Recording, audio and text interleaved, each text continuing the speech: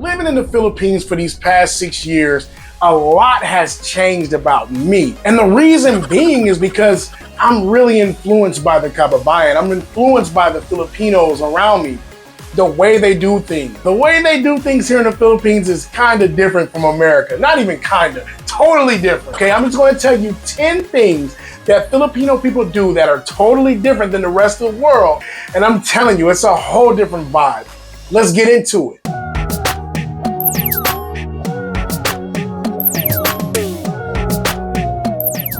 From the moment I touched down in the Philippines, even on the plane, I knew that people do things different here. The plane that I was on, when we touched down in Manila, do you know what they did?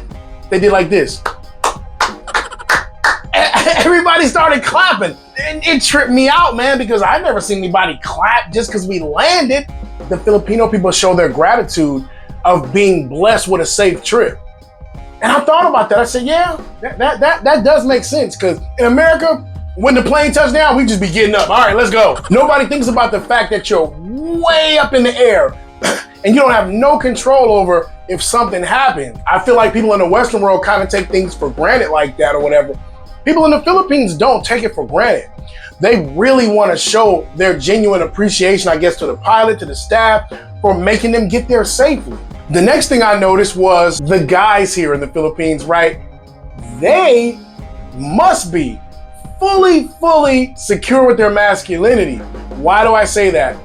This was the first time I've ever seen a man carry his woman's purse. What? Damn! In America, men have to be so macho and you know, so tough. It's like it's looked down upon. But as I learned the ways of the kababayan and the fact that they, in their mind, they're all here to help each other, right? Neighbors are here to help other neighbors. In a relationship, the man and the woman are there to help each other, right? I started learning these things or whatever, right? To the point that every now and then, now 6 years later, if Queenie wants me to hold her purse, I'll hold it, but I'll still have a little cringe. I'll be holding it, but looking around like this. I guess it's like really love over ego. See? And in America, it's ego over everything. Everything? Everything. You see, big difference. Number 3 is something else that you're gonna have to get used to.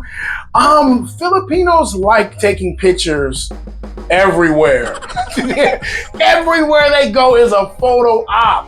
And I don't know why this is. I mean, you could be in like a little cafe, just get in a caramel macchiato, and you know what they're gonna do? Look, man, they're gonna have their caramel macchiato.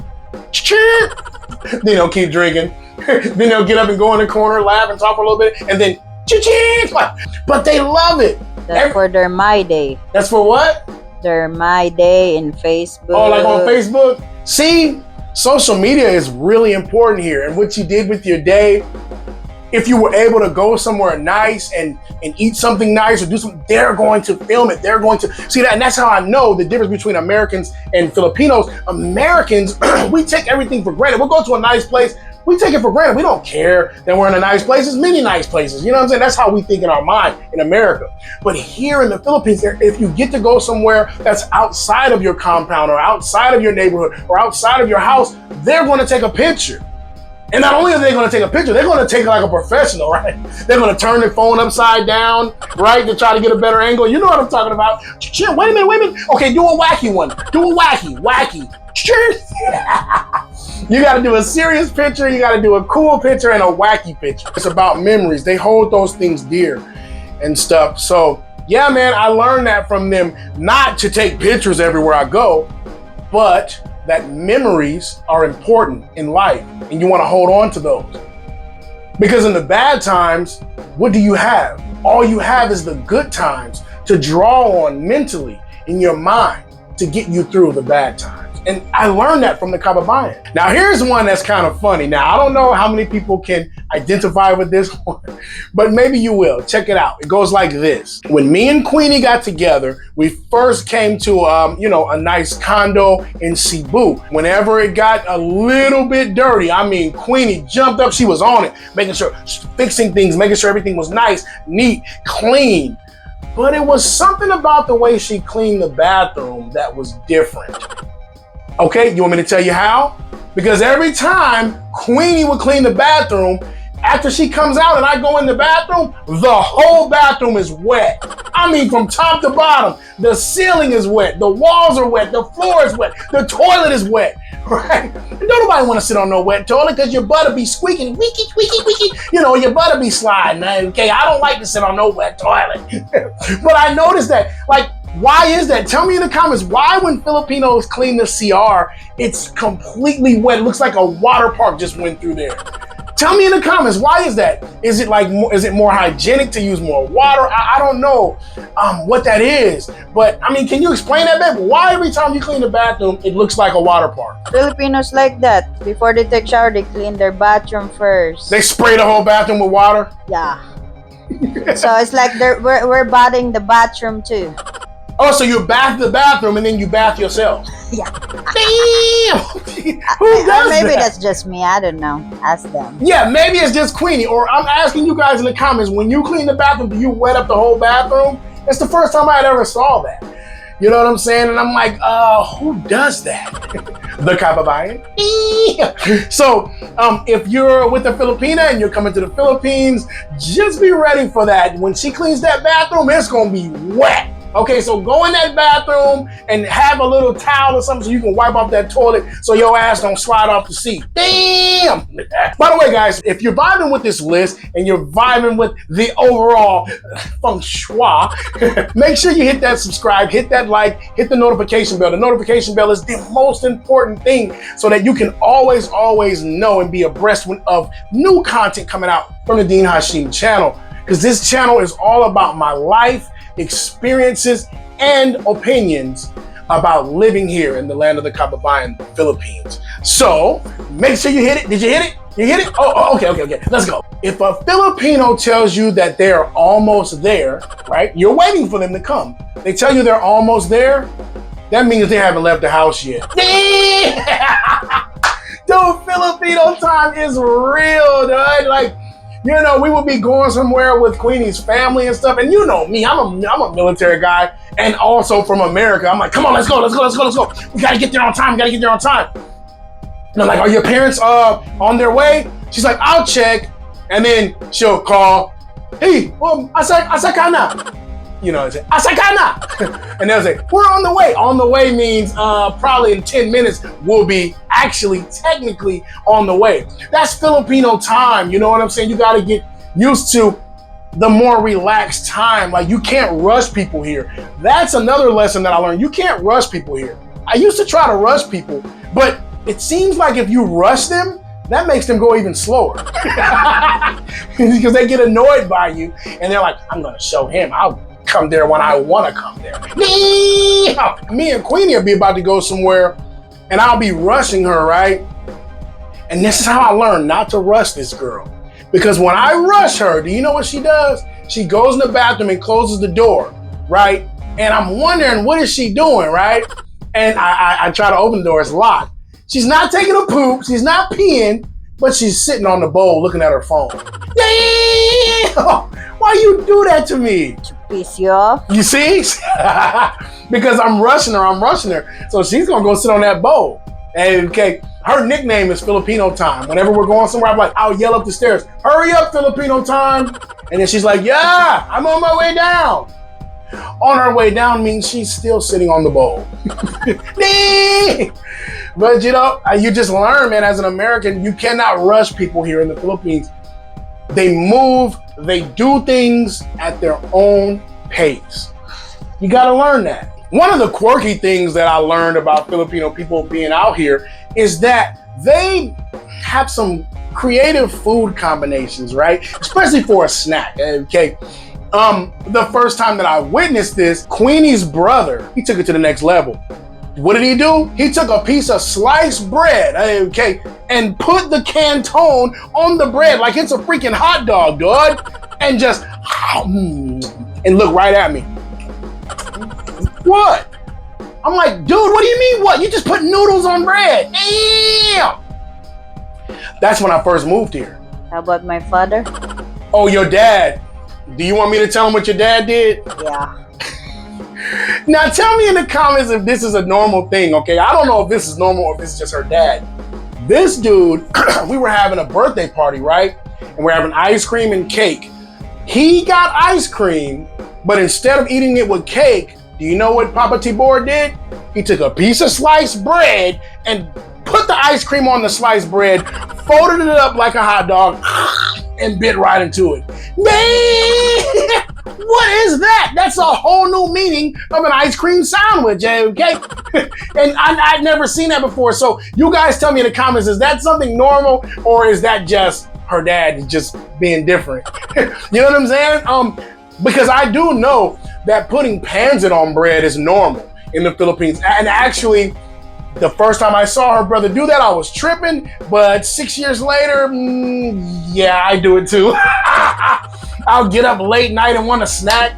Man, I'll throw that freaking pancit canton in the microwave, pull out a sliced piece of bread, and I like the spicy canton. What is your favorite canton? Mine is the spicy calamansi. I think it's spicy calamansi, right? The green and red packet, right, babe? And tell me what's your favorite canton, but mine is spicy calamansi canton. I would get that spicy calamansi canton, fix it in the microwave, and guess what? Slide it right on bread, because I realize it's kind of tasty, dog. You know what I'm saying? The really strong flavor of the canton mixed with the mild softness of the bread, it actually makes a good snack. So I learned a new snack here in the Philippines. You'll see it on my thumbnail because, you know, it's something that I had never seen until I came to the Philippines, and I was tripping about it, but eventually I started doing it myself. So that's why you see that on the thumbnail. And that's carb on carb greatness. When it comes to dealing with phones, right? I noticed Filipino people love to text. Text. As a matter of fact, somewhere I read that the Philippines is the texting capital of the world, meaning y'all text more than everybody, okay? Right? Like, whereas in America, we'll opt for the video chat, right? We'll just pop on, hey, what you doing, man? Yeah, all right. No, in the Philippines, on the jeepney, texting, right? In the cafe, waiting on your coffee, texting. Right? Wherever you go, in school when you ain't supposed to be texting, right? Everywhere. They love to text over calling for some reason.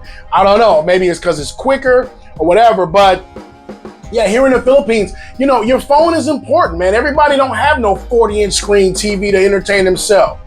But everybody got a phone. That's why the vloggers, the good vloggers, not the assholes like Vitali, but the good vloggers here are revered as stars, man. You know, a vlogger back home, nobody cares about you. A vlogger here in the Philippines, in the land of the kababayan, they love their vlog. Why? Because the phone is their main source of entertainment, you know, and communication, right? And they'll always pick texting over video calls. I mean, that's just something I learned. That's how it is. Something else that tripped me out in the Philippines is the idea of personal space, if that makes sense. In America, you gotta stay out of people's bubble. You can't even walk, you can't even be like this close to somebody in America without getting elbowed. Get out of my way!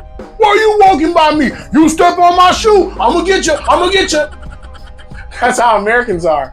In the Philippines, everybody's up on each other walking. We're in the mall. The lady walks this way. The guy walks this way. Whoa, wait a minute. Whoa, the guy steps on my foot. Oh, sorry, sir. So, okay, it's okay. I'm still walking. I'm like, Queenie, why do you guys walk so close to each other, dude? And it's a thing to where I think, and this is just my opinion, I think the kababayan are very, very comfortable around each other and being in close proximity to each other. You got to think about it. Places like Manila are so densely populated that there's no choice.